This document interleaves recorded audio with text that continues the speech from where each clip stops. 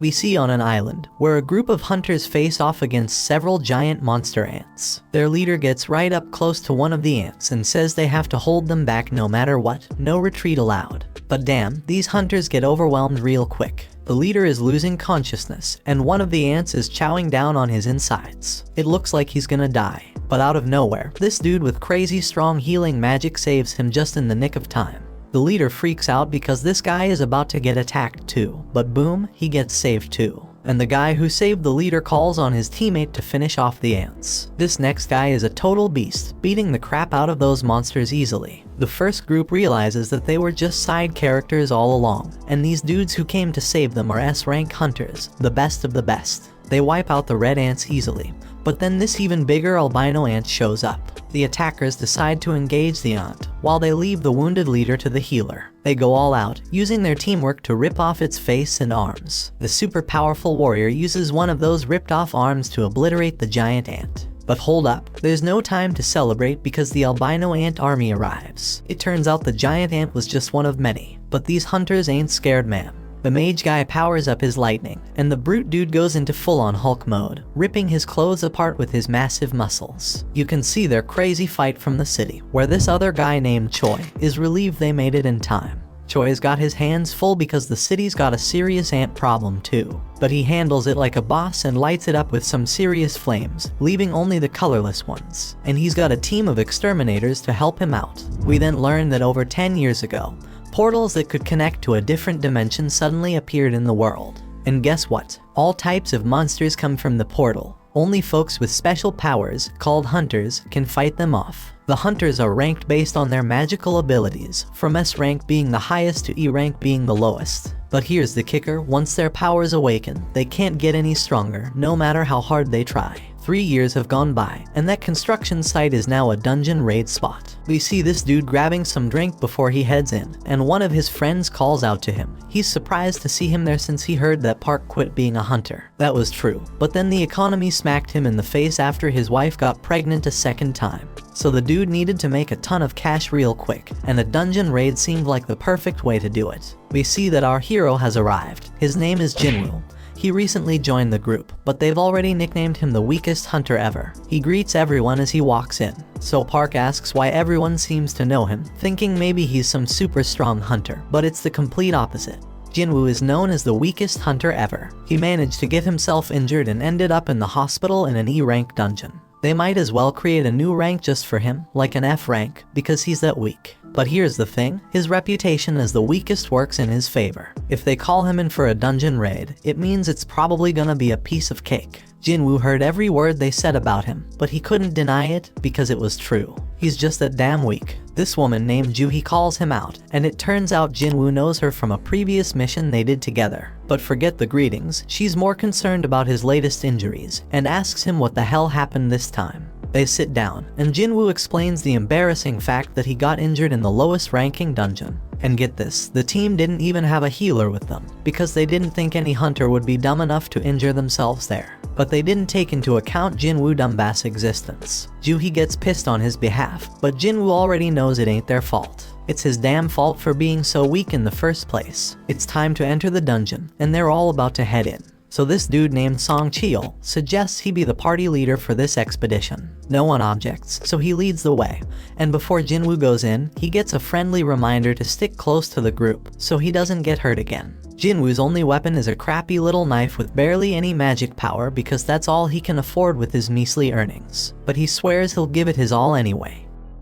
In another place, there's this president of the Hunters Association named Juhi. He just finished a meeting with the government. They warned him about something called dungeon break that they needed to avoid. However, these same people demanded that they get the goods obtained from the dungeon. The members of the association make their living by selling the stuff they find in the dungeon, so Juhi doesn't have a problem with that request. The crystals they get from defeating magical creatures are called magic gems, and they sell them for money. Now let's go back to Jinwoo. Somehow, he managed to get his hands on a magic gem. Of course, he's thrilled about finally getting one, but he quickly has to defend himself against a goblin. When Jinwoo attacks the goblin, Jinwoo's blade shatters to pieces. The goblin stabs our hero, and instead of fighting back, Jinwoo just stands there screaming. Luckily, the big guy from earlier rushes past the useless girl and saves Jinwoo. While she heals him, Jinwoo can only watch as the rest of the team does all the work. We then find out that magic gems obtained from high-ranking magical creatures can be used to make more powerful weapons to defeat even stronger creatures. Mana crystals from the dungeon can also be used as weapons, but they're not nearly as effective as the magic gems. The government wants to use these items as a new kind of energy source. It's safer, more efficient, and causes less pollution compared to other types of power. It's like the perfect green energy, and the government is desperately researching how to generate electricity from these gems and crystals. Since these items can only come from the dungeon, hunters become incredibly valuable. Meanwhile, back in the dungeon, the team celebrates their victory after defeating the dungeon boss. Jinwoo must be the weakest person ever because he took a beating and Jinwoo is still healing him. She wonders why he even became a hunter if he's always getting injured, and thinks he's gonna meet his end one day.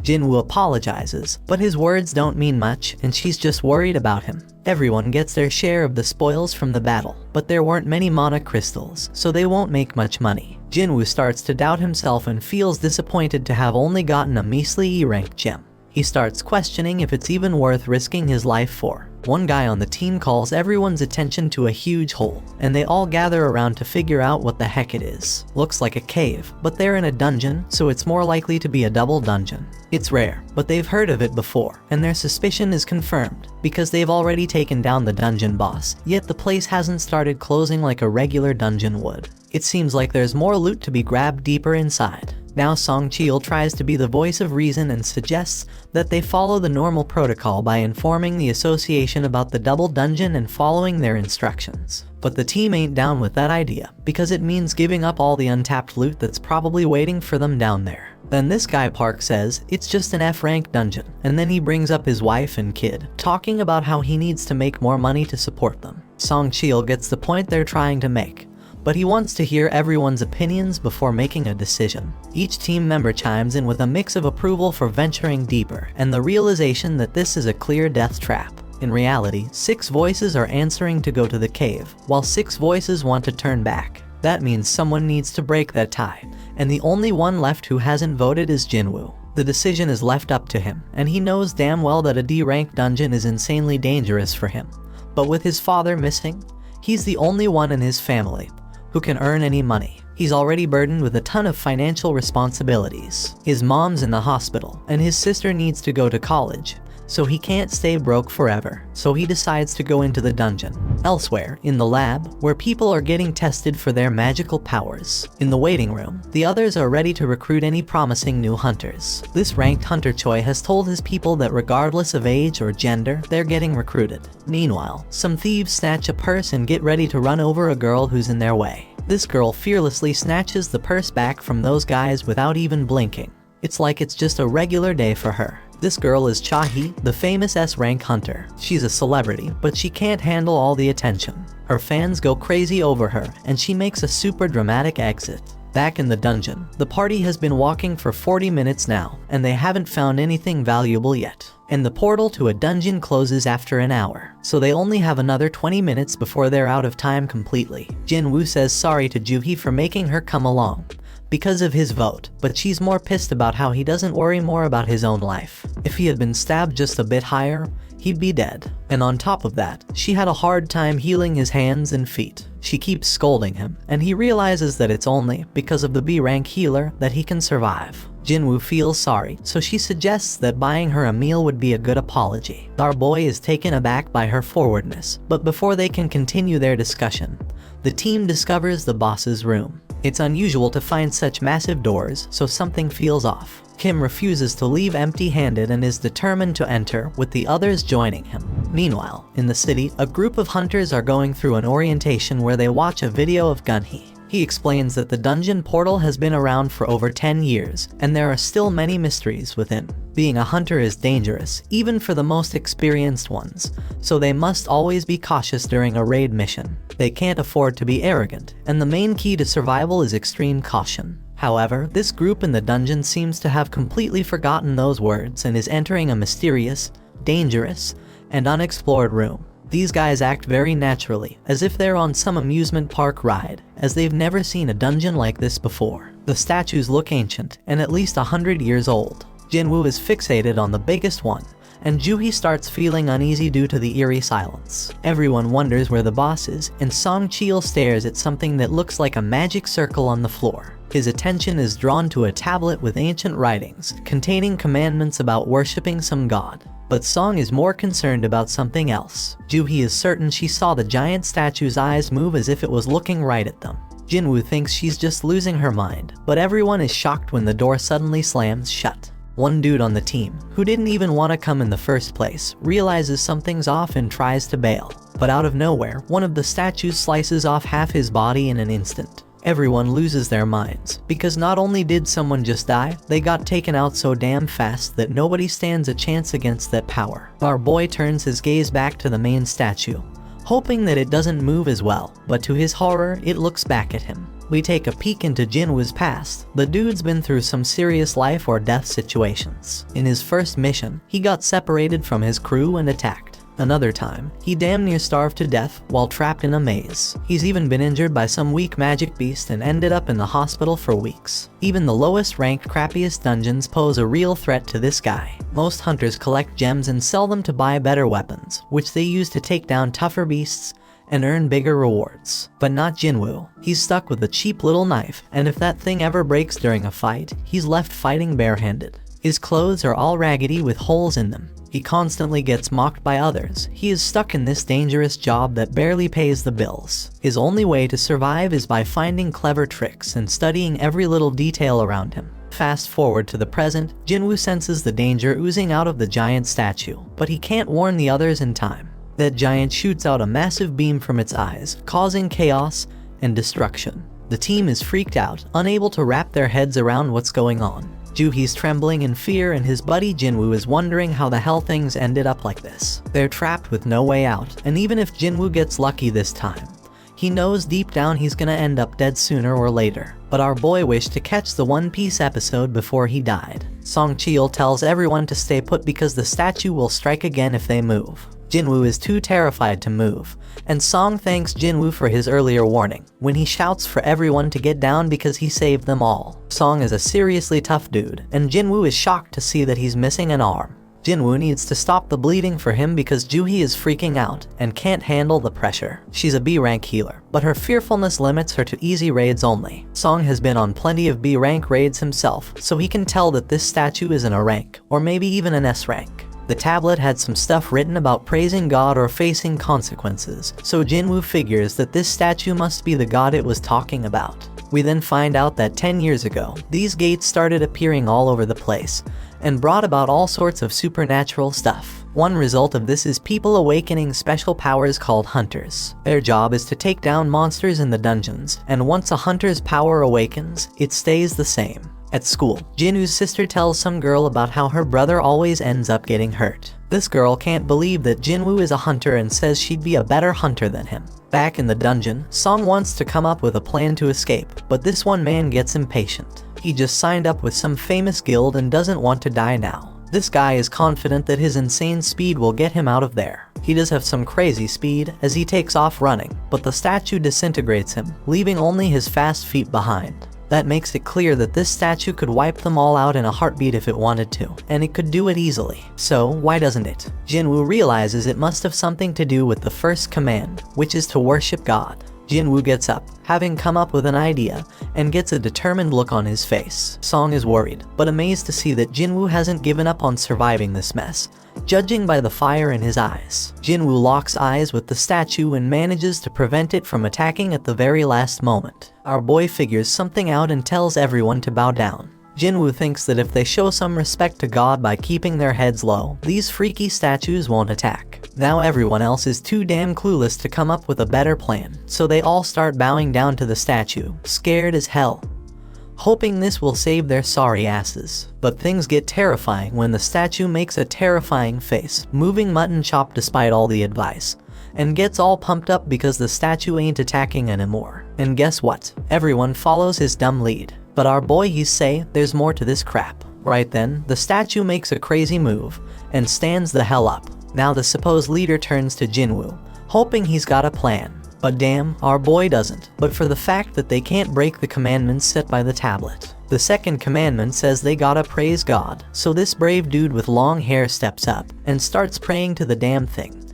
Everyone thinks it's working as the monster slows down, but Jinwoo knows better and reveals that the dude's words don't apply to this god. But boom, the statue stomps the poor guy, and everyone loses their minds. It's straight up chaos. Some random girl gets crushed, and everyone decides it's best to scatter. Park's thinking about his family, and how he can't leave them fatherless, but he makes the wrong move and gets sliced up by another statue. Meanwhile, Jinwoo's hauling ass with Juhi, racking his brain for a way to praise this messed up god. I mean, this monster's practically the devil, so how the hell do you come up with something to praise about it? But our hero knows he can't just ditch Juhi because everyone around them is dropping like flies. Jinwoo's freaking out, searching for any damn clue. He's checking out everything these statues are holding. Then he gets an idea and tells everyone to head to the statues that are holding instruments. So everyone follows his lead, and it becomes clear that these statues don't attack. Instead, they start playing their damn instruments. But when our boy gets to his statue, it's not playing any music, so he figures it doesn't work with two people.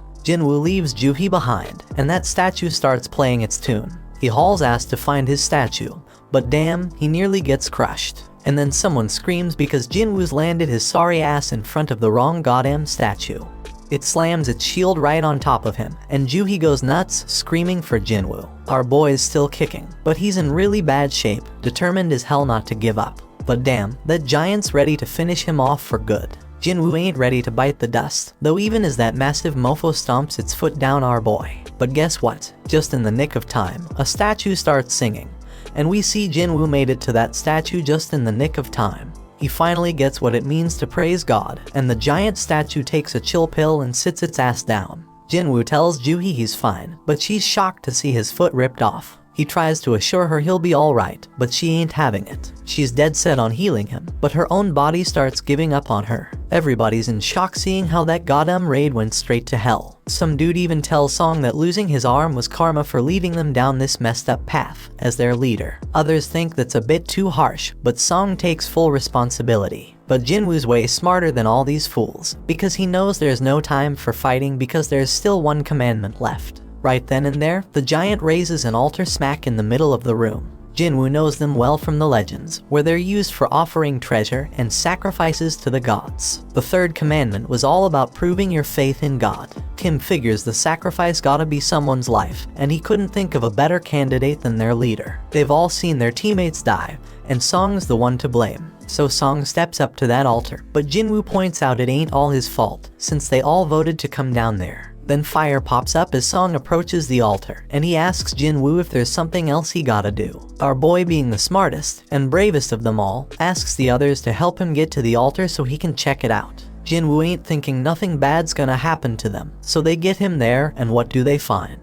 And they find that more flames appear. Song keeps pressing Jinwoo for answers, but he ain't come up with any yet. Song explains the gate's been open for a whole damn week, so the statues are about to start moving again before anyone comes to rescue them. Jinwoo remembers how it takes a full 7 days for a gate to open wide open, and that's called the dungeon break. When that happens, their beasts can cross over to our side. The main goal of these raids is to defeat the dungeon boss and shut the gate down before that time's up. So if they can't beat this boss right now, that damn giant's gonna come barging into our world, and that shit's straight up terrifying. Back in their world, Jinna goes to see Jinwoo's mom, and they start chatting. But damn, their mom is in really bad shape. In the dungeon, Jinwoo tells the scaredy cats of the group to come over to the altar. He predicts that they need a flame for each person. Once they do it, more flames pop up, and the damn door opens wide. They're all freaking out, thinking it might be a trap. And to their surprise, the other statues start moving towards them. Everyone is panicking, but Jinwoo keeps his cool and starts analyzing the situation. This freaking genius is something else. He tells everyone to keep their eyes on the statues because they won't move if we're watching them.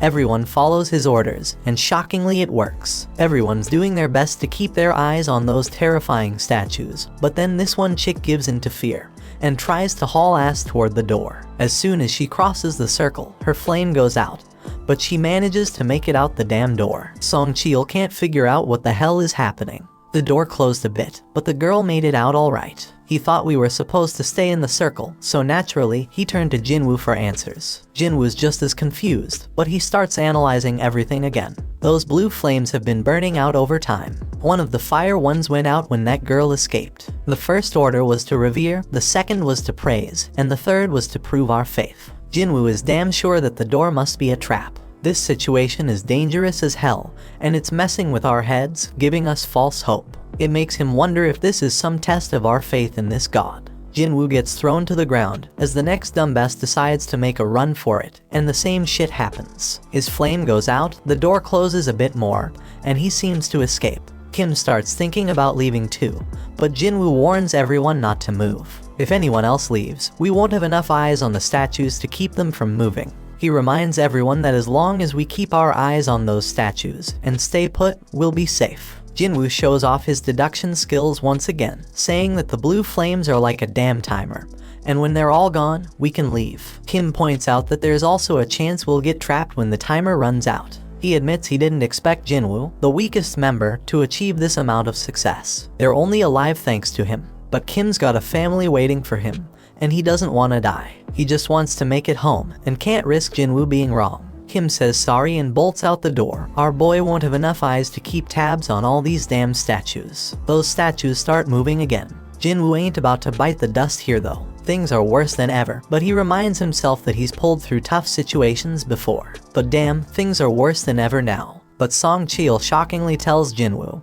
and Juhee to leave. He predicts that as long as one person stays by the altar, the door will stay open. And since Jinwoo and Juhee have some long lives ahead of them, he insists they should be the ones to make a run for it. Song Cheol wants Juhee to look after Jinwoo, but the poor girl's legs give. Things couldn't possibly get any worse, and Song realizes that Juhee must have pushed herself too hard to heal Jinwoo. Things have gone to the dogs, so Jinwoo tells everyone to leave him behind. Juhee needs someone to carry her ass out of there, and Song's the only one with 2 working feet. Juhee thinks she should be the one left behind, but Jinwoo reminds her about that lunch date they had planned. He hands her his gem so she can treat herself to a meal, and promises to get the change when they all make it out of this dungeon. Juhee won't ditch him, but Sung apologizes and knocks her out. They're running out of time. He apologizes to Jinwoo too, and bolts with Juhee to safety. Our boy can at least find comfort in knowing he's the only one who's gotta bite it, and his only regret is not having a better damn life insurance policy. Our hero grabs hold of a sword, dead set on taking one of these statues down with him. He tells them to bring it on. Those statues go full savage mode, ripping into him as he fights tooth and nail to stay alive. Jinwoo thinks about how he has always been the weakest. He's constantly getting mocked for it, but he's always given it his all. These damn statues ain't letting up, they chop off his arm, and Jinwoo screams in pure agony. He's angry because it doesn't have to end this way after he poured his heart and soul into trying to become stronger. But these statues keep inflicting more pain, and thrash him about further. But despite all the setbacks, he can't help but think about how he gave everything he had to make it this far. He's a fighter, even with just a sliver of life left in him. He's got this burning desire to let out a scream of pure anger, but he can't even do that as he is stabbed through the chest. Jinwoo's on the brink of death, but you can feel the rage coursing through his veins. He starts reflecting on how the first few people who ran away were just weaklings. They claimed they couldn't handle it anymore, but deep down, they were just selfish. Those fools were only looking out for themselves, and it's always the most selfish jerks who end up benefiting the most. That thought fuels Jinwoo's rage even further. He's got a family too. All he wants is to make it back home alive, just like those lucky ones before him. The pain is unbearable, and he starts wondering if it's a good thing that he's the only one who has to die. In his battered state, Jinwoo's mind starts wandering, and he realizes what a hypocrite he's been. He's struggling to catch his breath, desperately clinging to life. He doesn't want to die, but the final attack comes crashing down on him, and our boy wishes he could have one more shot. And just when it seems like it's all over, the final blue flame goes out, and this mysterious notification pops up out of nowhere. It turns out he's completed some secret quest called Courage of the Weak. It's offering him the opportunity to become a player. The catch is if he doesn't accept, the player's heart will stop in a fraction of a second, so no choice, and he hits that yes damn button. Right at that moment, Jinwoo wakes up in the damn hospital, and he's straight up shocked to find out that he's still got his damn arm. He remembers getting dismembered and all, but here he is, with his leg intact too. No sign of getting stabbed in the chest either, so he starts thinking, was that all just a crazy dream? And just when he's pondering this, some dude named Woo rolls up and introduces himself as the manager of the Hunter Association surveillance team.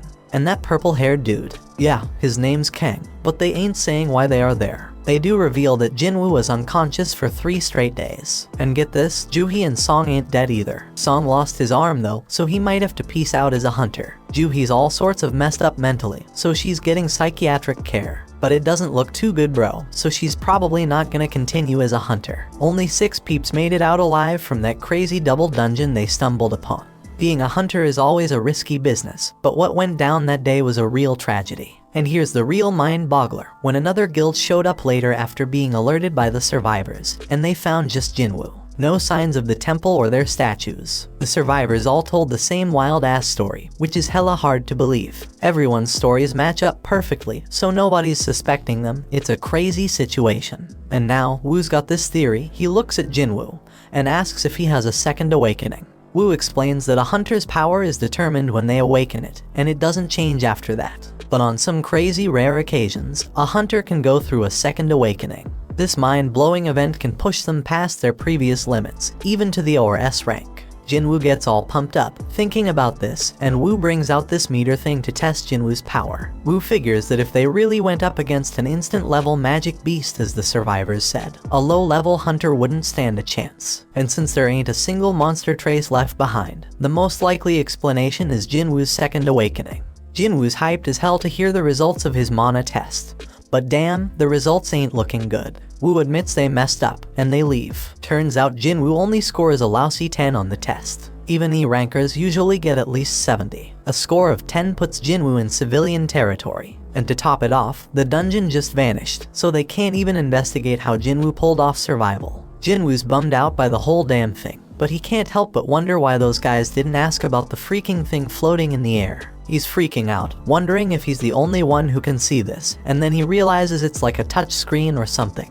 Jinwoo remembers getting a message about becoming a player, but his sister interrupts his thoughts. She's all worried about him, so he apologizes and asks if she can see the panel. She can't see it, so he asks if she knows how opening messages in games usually work. Jinna thinks he's gone nuts, but our boy reminds her she used to be a gamer. She gives him the obvious answer, saying he just needs to check his inbox. Right then, a notification pops up saying Jinwoo has a daily quest, which is all about strength training.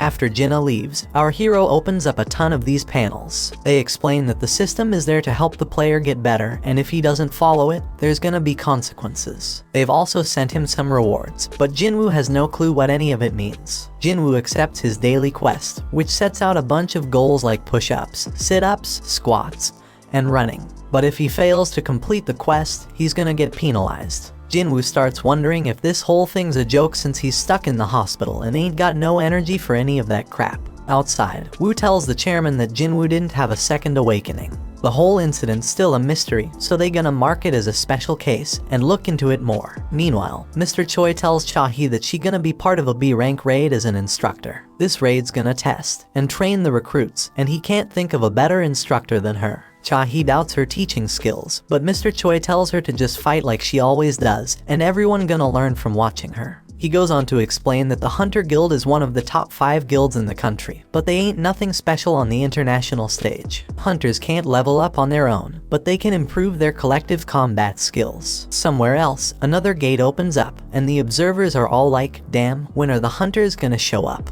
At the freaking hospital, Jinwoo falls asleep as the clock reaches midnight. Then a damn notification pops up, saying he didn't finish his quest, and suddenly the ground starts shaking like crazy. Jinwoo is frigging terrified when he finds himself in the middle of a damn desert, and to make things worse, there's this giant creepy caterpillar monster right in front of him. But suddenly another notification pops up, saying he's got a penalty quest, and he's gotta survive for 4 freaking hours. Back at the hospital, the nurses are all like, where the hell is Jinwoo? Because he's nowhere to be found. Little do they know our hero is stuck in some other dimension, running for his damn life. The giant caterpillar thing is closing in on him, and he's like, oh shit, because there's more than one of them. And if that ain't bad enough, Jinwoo still has 2 hours to get his ass back to the hospital. The nurses keep searching for him, they are all worried. Meanwhile, poor Jinwoo is running his ass off, knowing he's running out of time. The caterpillars are getting closer and closer, but just as the clock hits the deadline, Jinwoo finds himself back at the hospital.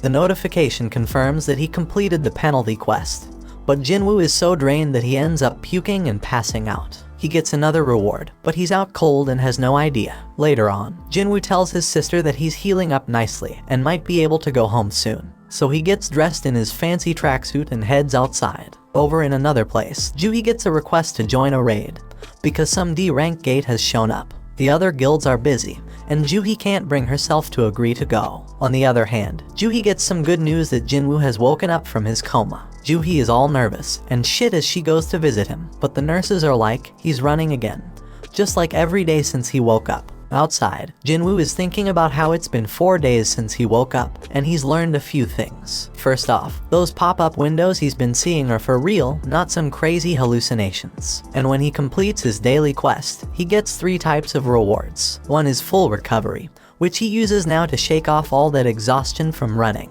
Then there are ability points, which he can use to boost his skills. Currently, our boy can totally feel the difference.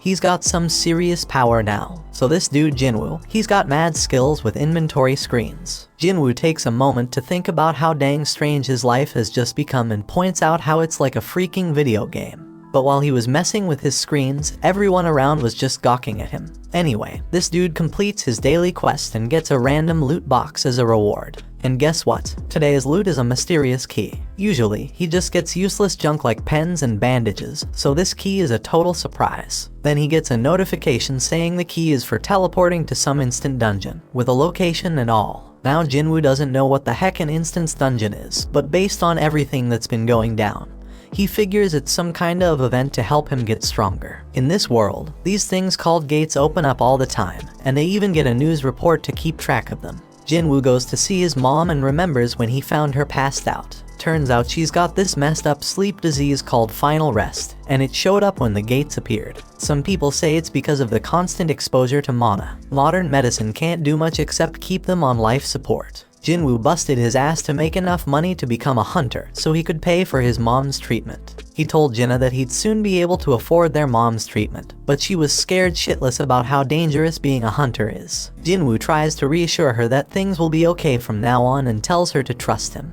But damn, it's clear that he's useless in a fight, and he ain't getting nothing from the rewards because of it. But things are different now. Jinwoo's putting in work to train his body, pumping all his ability points into strength. He even shows off an apple that he's crushing to show his progress. This dude's dead set on getting stronger and ain't taking no shit. So he heads to the location from the key notification, fully prepared for whatever's coming.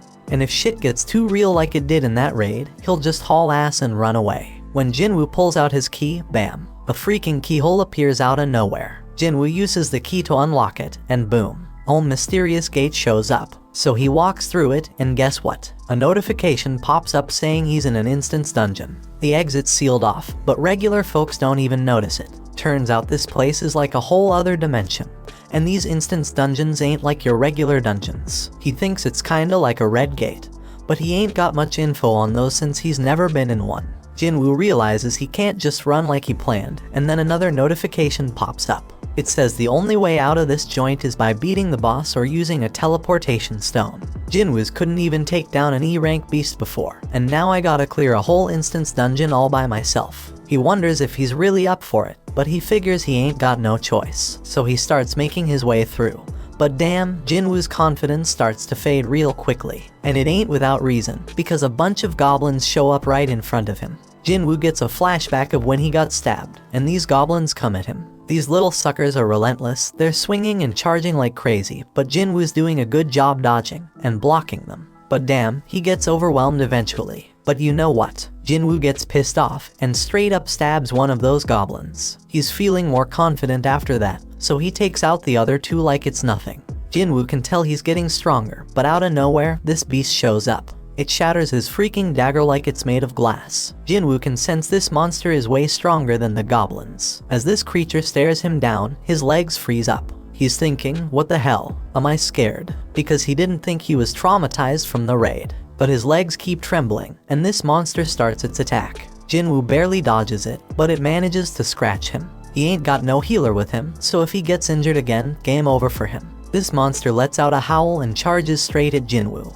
Jinwoo is dodging like a ninja. He can't believe how damn light he feels. The monster tries to come at him again, but Jinwoo ain't taking that crap no more. He's done being a pushover and decides to throw a powerful punch. Damn, he can't believe how much stronger he feels after beefing up his strength. Sure, the monsters still got the upper hand, but Jinwoo ain't giving up without a fight for his damn life. His attacks ain't doing much though, so he's gotta focus on evading the monster's strikes. Now Jinwoo's at a loss for what to do next. He realizes he can't handle this alone, so he bolts because he ain't got no party or healer. All he's got in his bag is water and food, and he wishes he had a weapon with some magical mojo. But then, Jinwoo gets a freaking brilliant idea. He checks his inventory and pulls out a sword at the freaking last moment. And boom, he slices that monster in half with a sword. Jinwoo has no freaking clue how the sword ended up in there, but he remembers Kim saying he dropped 3 million on it. That's a weapon Jinwoo could never afford. But who the hell cares? It's an emergency, so he decides to make the most out of it. The pain from the fight is starting to fade, but then 2 more of these damn monsters show up. Jinwoo ain't scared anymore though, because he got his weapon. But damn, the sword gets stuck. He's panicking, desperately trying to yank it out while the monsters close in. Just in the nick of time, he manages to free it. Jinwoo kicks one of the wolves away, but damn, the other one's got some steel fangs.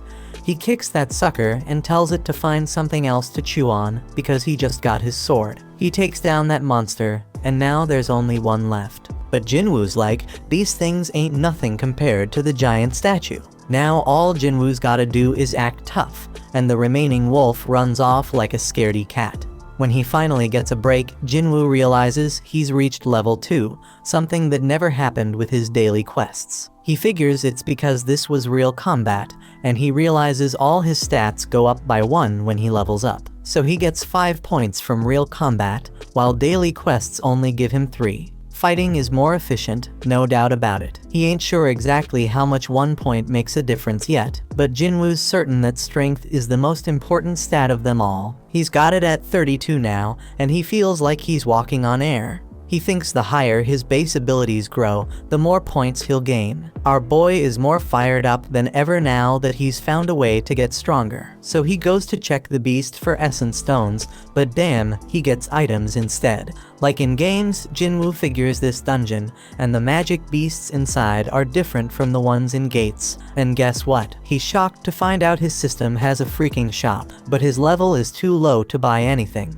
At least he can sell stuff though. The dude manages to get 20 gold from a tooth. Jinwoo ain't sure how much that's worth, but he remembers he's in an E-rank dungeon, so it probably ain't much. Now Jinwoo's thinking about what he's gotta do next. He can't bounce until he beats the boss, and he ain't got a clue where to find a teleportation stone. To make things worse, if he stays too long, he'll run out of food. He knows damn well he can't take down a boss right now, even if it's just E-rank, so he's wondering if he should level up first. Right then, Jinwoo's mind gets blown when a whole pack of wolves shows up. Jinwoo tells himself not to be scared because he already knows what dying feels like. This time, he charges straight at them wolves and starts slicing them up like a meat. Jinwoo promises he ain't going down easy, but he knows them wolves ain't gonna give up either. This dude's getting a little crazy because he wants the fight to last and be intense. He just wants to get stronger, so he's gonna follow all them ridiculous rules from the system. Jinwoo chops through all the monsters and notifications pop up everywhere like crazy. When he's done, he gets a final notification saying he's now the wolf assassin. Outside, some folks walk by a portal, and they wish the damn city would do something about it already. Inside the dungeon, Jinwoo's dead tired, and he realizes his sword's about to give out. Just then, he gets a notification explaining the perks of being a wolf assassin. Jinwoo gets a 40% boost to all his abilities when fighting animal-type monsters. And guess what? When he checks his inventory, he finds a whole bunch of fangs and a cloak. But here's the real kicker. He also finds a teleportation stone. Jinwoo thinks about using it to bail, but he hesitates because he might never get this easy of a chance to get stronger again. He's got no clue what's gonna happen to this dungeon when he leaves. It might just vanish into thin air. It could be like some limited time event in a game and vanishing without a trace. Faced with this tough decision, Jinwoo decides to keep moving forward. Meanwhile, Juhee gets a call from the Hunter Association saying there's been a dungeon break at a gate nearby. They're running low on healers, so they need her help. Juhee feels guilty because she turned them down before, but now she's like, damn, Jinwoo worked his ass off, I gotta step up. While Jinwoo's still fighting in the dungeon, he realizes the higher his level gets, the easier it is to kick monster ass. Plus, the text describing them starts changing colors. White means they're weak as hell, orange means they're on par with him, and red means they're seriously strong. Those wolves that were red before, now they're white. That means Jinwoo has seriously leveled up like he's become a beast. Jinwoo knows there's this one monster lurking downstairs that he can't mess with at his current level. His perception skills are on point now, and he can feel something straight up terrifying down there. This monster is so damn powerful, it's giving him mad goosebumps. Jinwoo's sword is almost done, and he ain't see any more room for leveling up in this area. But his whole goal is to get stronger, so Jinwoo decides to just go down the damn stairs. When he reaches the bottom, bam, something attacks him with lightning speed, and he barely has time to react. Jinwoo's sword snaps in half, and this massive serpent pops up in front of him. Damn, Jinwoo's mind is blown, because even with all his leveling up, this beast's name is still orange to him, which means it's insanely tough. It's crystal clear that this snake is the boss, and there's no way his sword can pierce its thick scales. He knows for sure that fighting without a weapon would be a death sentence, so when the snake strikes, Jinwoo goes all out with his sword. This colossal snake knows how to pack a punch, so Jinwoo needs to figure out a way to get around its defenses. But damn, this thing's armor is hella tough, so all Jinwoo can do is run for his life. The snake whips its tail like a straight-up badass, and Jinwoo knows he's screwed if he gets hit. He does his best to block it, but he takes some serious damage. This creature doesn't quit. Jinwoo gets tossed around like a rag doll, and he even has a train launched at him. Our boy thought he had gotten stronger, but it wasn't enough. The train barely misses crushing him, and Jinwoo starts questioning himself. How much stronger does he gotta get before he stops being the laughingstock? He remembers when people called him the weakest hunter ever, and it hits him hard. Song was the one who spilled the beans, and he pumped up Jinwoo to prove them all wrong. As this snake straight up overwhelms him with its crazy power, tossing him into a whole new area, Jinwoo has an epiphany. He got stuck with that nickname because he was weak, the same reason he got mocked. Jinwoo takes a second look and realizes that those with mad strength always have the upper hand in any situation. But the powerless ones ain't got nothing to do around the strong except shake in fear and stand around like losers. The weaklings always get looked down upon. You might be smart, creative, and caring, but when you face some serious strength, none of that's gonna save your sorry ass. Jinwoo figures out that being kind won't get him anywhere, so he's gotta toughen up. With this newfound determination, Jinwoo straight up jumps on that snake. The ferocious monster throws him off, but Jinwoo swears to himself that he'll get stronger, and suddenly his body starts glowing. Jinwoo dodges the snake again like a boss and strikes it with his sword, but he's even more determined now. He compares what he's feeling right now to the terror he felt during that raid, and declares that this is gonna be way easier than that day. Jinwoo pulls off this sick move, using his sword to ride the snake again, but then he tosses it aside all shaky, and grabs that beast with his bare hands. Jinwoo admits that he's been laser focused on boosting his strength ever since he got that leveling system. So he decides to rely on that now and starts crushing the snake's tough scales. The snake's trying to shake him off, but it's too damn late because Jinwoo knows he can kill that sucker. Jinwoo straight up demands the snake to die, using his crazy physical strength to defeat it. Then boom, he gets a notification saying he leveled up multiple times, and our hero bursts out laughing. He's like, damn, I really got stronger. We see the aftermath of this epic battle. Another notification explains that he just kicked the Swamp King's ass. He gets this badass dagger made from the serpent's fangs that's twice as powerful as Kim's sword. It even has paralysis and drain effects, oh, and he also gets this toxic potion that'll make his skin tough as nails, but mess up his muscles permanently. Now the dungeon turns into a train station, and Jinwoo realizes he beat the whole damn thing by himself. He's walking around with his broken sword, but there's nobody in sight. Some soldier tells Jinwoo to find shelter, but he quickly figures out that Jinwoo is a hunter. The soldier's like, my bad, let's go kick some ass together. There are monsters all over the place, so Jinwoo figures it must have been a dungeon break, and some magic beast came out of a portal. The soldier says they handled most of the situation, but there's still one huge badass monster left. Jinwoo's perception ability has gone through the roof, and he can sense where the boss is. We see this massive golem wrecking shit, and the people are scared as hell it's gonna get worse. The hunters are struggling to fight it, and the leader tells the healers to focus on keeping their tank alive.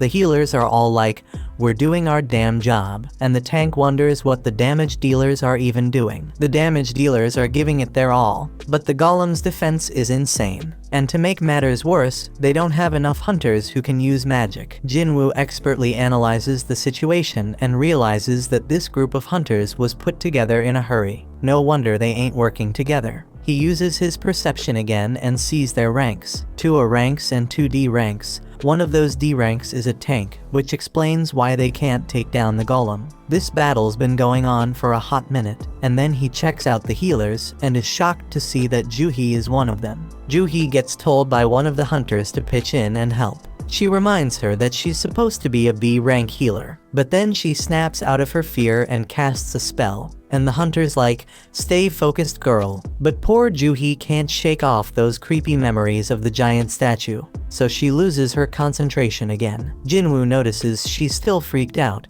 but he doesn't blame her, because he's feeling the same way. Then it hits him that things have actually changed. This golem is a weak-ass D rank boss, way weaker than the one he just fought. The hunters start freaking out because they're losing the battle real quick, and they realize they ain't got a chance without a higher ranked hunter. That's when Jinwoo gears up for an attack and figures out that they can take down the golem if they can just break through its defenses. Jinwoo plans to lend them a hand by using an attack strong enough to pierce through the stone. Jinwoo hurls his busted sword with so much force that it straight up shatters the golem's shield, and the hunters start wailing at it. They barely lay a finger on it and manage to bring it down. They can't believe they actually did it, but the tank guy ain't convinced. He's all like, "None of our attacks were doing squat before. What the hell broke that thing's defense?" He's dead certain it wasn't any of them because they couldn't even scratch the damn thing. Then he spots the sword lying nearby and puts 2 and 2 together. He realized that this sword was the reason, but couldn't believe it. I mean, this was a boss-level golem that even 10 hunters couldn't touch, and now it's taken down by some old beat-up sword. He asks if anyone saw who threw the sword. The soldier explains that it was the fisherman they brought with him. But here's the kicker: the hunter's gone missing, and the tank stares in utter disbelief. This person had some next-level power, and he couldn't help but wonder how high-ranked this mysterious hunter was. Jinwoo dipped out of the area to keep his power on the down low, and he's like, "I didn't think one attack would do that much damage." Our hero might not even realize the extent of his power, because he figures the monster must have been seriously messed up before he struck. The battle's done, and Juhee's wondering if it was Jinwoo who came through in the clutch. Some time passes, and we see the nurses at the hospital gossiping about Jinwoo's rank. They're all talking about how he looks pretty average, but damn, that dude is seriously ripped. In Jinwoo's room, our boy is grinding hard, hustling through his daily workout routine. These thirsty nurses won't shut up about him. They can't even believe how fast he's transformed. One poor nurse straight up falls for Jinwoo when she catches him post-workout, and she can't stop staring at his ripped body. Today's the day Jinwoo bounces out of the hospital, so this desperate nurse asks for his digit. But Jinwoo ain't all there yet, still stuck on the fact that he thinks she just wants to send him test results after he's released. On the news, we catch up with Beak, that S-rank hunter who took down the giant ants. He's one of only 7 S-rank hunters in the country and gives us a glimpse into the life of a top hunter. He breaks it down, saying he's gotta train like a beast every day when he ain't raiding dungeons. Even the smallest mistake could lead to his buddies getting hurt, so he gotta stay sharp, no doubt. Gina notices that Jinwoo is now seriously ripped and has even grown taller. Jinwoo reminds his scatterbrained sister to grab an umbrella for school and sees her off. When he's alone, Jinwoo figures he can hit his run later and wonders if these fresh gains are because of his boosted stats. He figures if he keeps this pace up, he could become a massive bodybuilder. Jinwoo starts thinking about where to allocate the new stats he just got. Dude's sitting at level 18 now. He's now level 18. He knows that strength increases his damage, but he also knows it's pointless if he can't land a hit. Besides vitality, perception, and agility, he also got this intellect stat. He figures it's gotta be something to do with magic, but he ain't sure if he needs that. Jinwoo makes up his mind and dumps all his points into strength and perception. Right then, Jinwoo gets a call from his landlord, who's reminding him that he hasn't paid last month's rent. Lucky for our hero, he's gotten way stronger, and taking down goblins is a piece of cake now. That means making cash is easier, but there's one issue. To rake in the big bucks, he gotta tackle higher level gates, but ain't nobody letting an